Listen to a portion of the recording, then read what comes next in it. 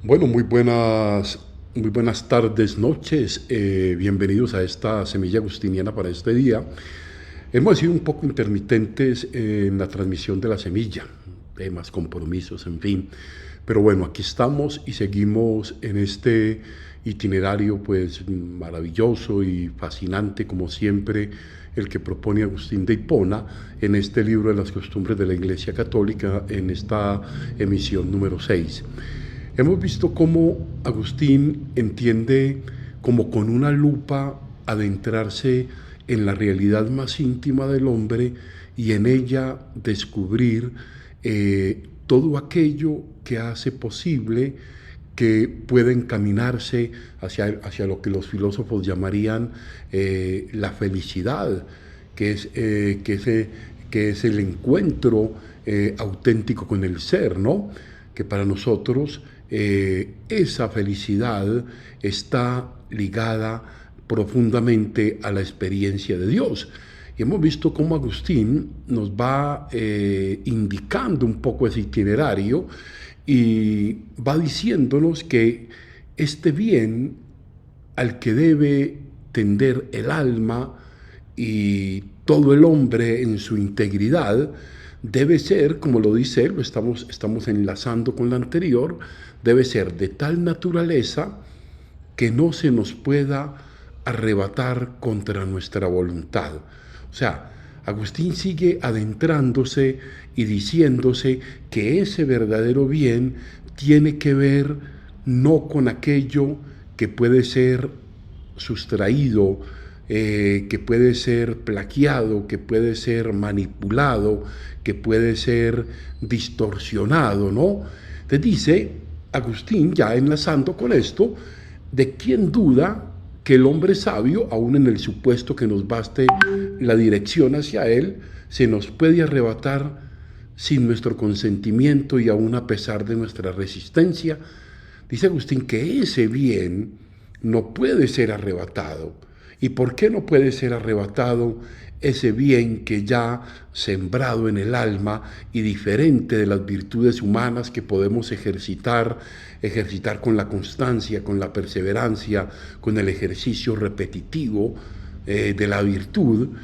Ese bien, esos bienes pueden ser aprendidos, pueden ser dirigidos, pueden ser perfeccionados, pero hay un bien que es el que conduce de una manera profunda e íntima al hombre hacia la consecución de esa certeza profunda de la felicidad en él.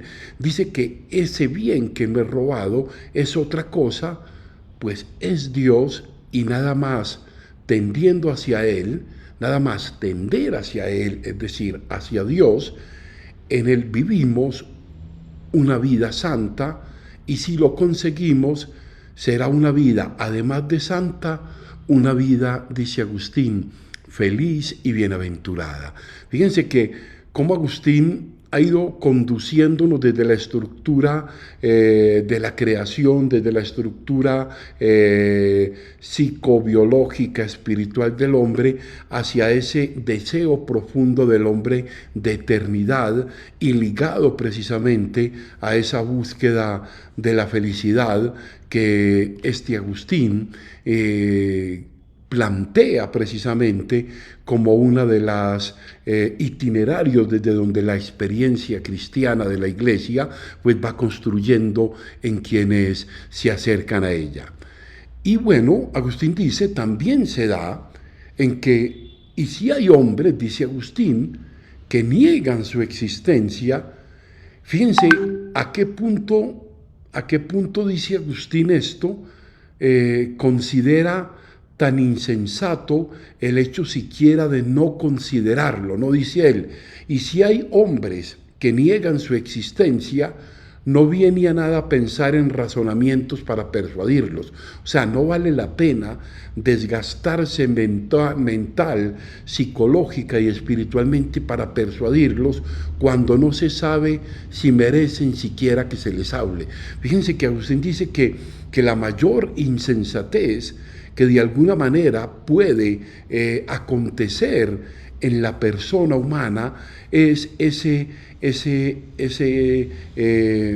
pasar de largo, ese no querer por obstinación, por ceguera del corazón, no querer descubrir a ese Dios que acontece, a ese Dios que se hace visible a través de la naturaleza, en la presencia misma, en la constitución misma del ser humano, y sobre todo en esa vida desde dentro que reclama esa sed de felicidad, esa sed de vida bienaventurada. Dice, y en caso que esta demostración fuera necesaria, dice Agustín, en caso de que fuese necesaria esta demostración sería preciso. Y esto va a ser bien interesante aquí, porque Agustín pone esto fuera del alcance incluso de la misma razón. Dice, serían precisos otros principios, otras razones y procedimientos que los ahora establecidos. Hasta ahora nos hemos sujeto a la asistencia de la naturaleza misma, la asistencia de la racionalidad que ella misma, iluminada por la fe, pues llega a la certeza de la verdad de Dios en lo más íntimo de su corazón. Pero dice, si quisiéramos adentrarnos para aquellos que nos piden dar razón de nuestra esperanza, serían precisos otros principios, otras razones y procedimientos que los ahora establecidos. Entonces, eso que hemos hecho hasta el momento necesitaría ser profundizado. Dice, pero mis adversarios, qué interesante aquí ya esto. Agustín dice, bueno, aquí hay algo en lo que podemos estar de acuerdo, los adversarios, los maniqueos, que es con quienes está estableciendo esta polémica. Dice, pero mis adversarios no solo admiten su existencia, o sea, la existencia de Dios como principio de la felicidad y de la vida bienaventurada, sino también su providencia en las cosas humanas. Dice, aún aquellos con los que estoy polemizando, con los que estoy esclareciendo esta verdad, aún ellos reconocen la existencia, y no solamente esa, sino su presencia y su providencia en las cosas humanas. Qué interesante esto. Dice que hay un punto en común en ambos, ¿no? Esto es muy interesante. Ahora bien, dice, pues, ¿qué religión cabe en un hombre que niegue la providencia? No se extiende por lo menos a nuestras almas. Es bien interesante esto. Dice, pues ¿qué religión cabe en un hombre que niegue que la providencia no se extiende por lo menos a nuestras almas? Dice, estamos de acuerdo en que existe esa providencia y de que esa providencia asiste a nuestras almas, ¿no? Ahora bien, entonces Agustín dice, ¿de qué manera nos vamos a acercar a esta experiencia, a esta comprobación, si lo queremos llamar así, de Dios como principio de la vida feliz y de la vida bienaventurada?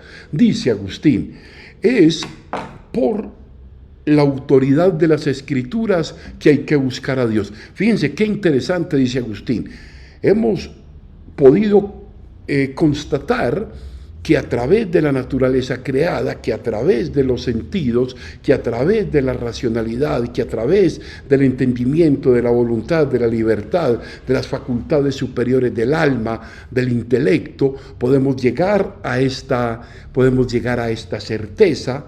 Pero si queremos ir con una certeza todavía mayor, es precisamente la autoridad de las Escrituras en las que hay que buscar a Dios, porque es en ella donde la razón llega a su culmen, llega a su iluminación más plena. Dice, la razón y los principales misterios de la economía divina en lo que se refiere a nuestra salud. O sea, es en la Escritura donde encontraremos la razón. Fíjese que Agustín no parte de unos presupuestos solo espirituales, abstractos, ¿no? Él dice, la razón y los principales misterios de la economía divina en los que se refiere a nuestra salud, los podemos hallar y los podemos encontrar y los podemos discernir y tener la certeza en nuestro corazón